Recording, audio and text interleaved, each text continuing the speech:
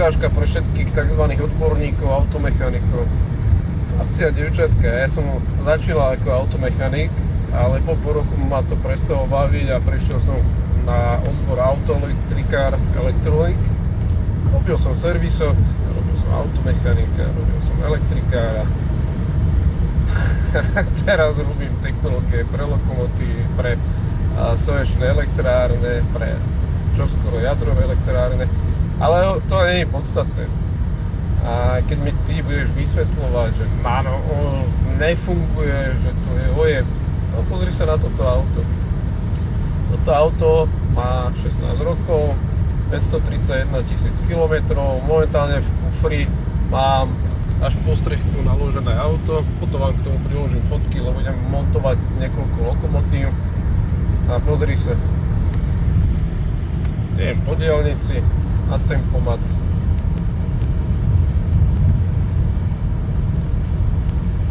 Priemerná spotreba 5,8, dojazd, víš koľko už mám, 400 km. No tak toto reálne jazdí. Je to originál turbo od výroby, je to originál spojka od výroby, je to originál prevodovka od výroby, originál vstreky od výroby, originál vysokotlakové čerpadlo od výroby. Áno, vysokotlakové čerpadlo už vykazuje závadu, keď idem 160-180 a občas vynecháva. To znamená, že mi sekne výkon tlaku.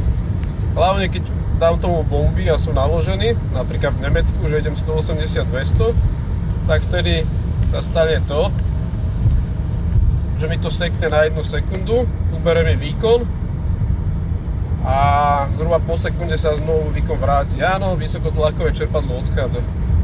Turbo pôjde na repas. Zatiaľ to funguje, ale má 531 000 km. Odborníci mechanici, koľko vydrží turbo? No, zhruba 250 000 km. Tu je 531. A vieš prečo? Lebo nano-oil, nanotechnológia, ktorá je v motore, v tom oleji, chráni nielen motor, ale aj turbo, lebo ten olej je spoločný.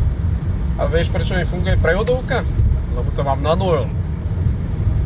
Lebo nano-oil, keď sa dáva do prevodovky, tak sa dáva 20 gramov na 1 liter. Keď sa dáva do motorového oleja, dáva sa 10 gramov na liter. Vy všetci odborníci, mechanici, ktorí ste tvrdili, že to nefunguje, ja už by som si dávno kúpil druhé auto. Ale povedal som si, že na tomto aute spravím 1 000 000 kilometrov. A keďže teraz robím tak rádovo 5000 km týždenne, lebo mám mŕte zákazok, mŕte projektov, tak budem na tomto aute jazdiť až dokiaľ nevybuchne, nezhorí, netrafí ho meteorit. Zatiaľ funguje. A takto funguje nano-oil.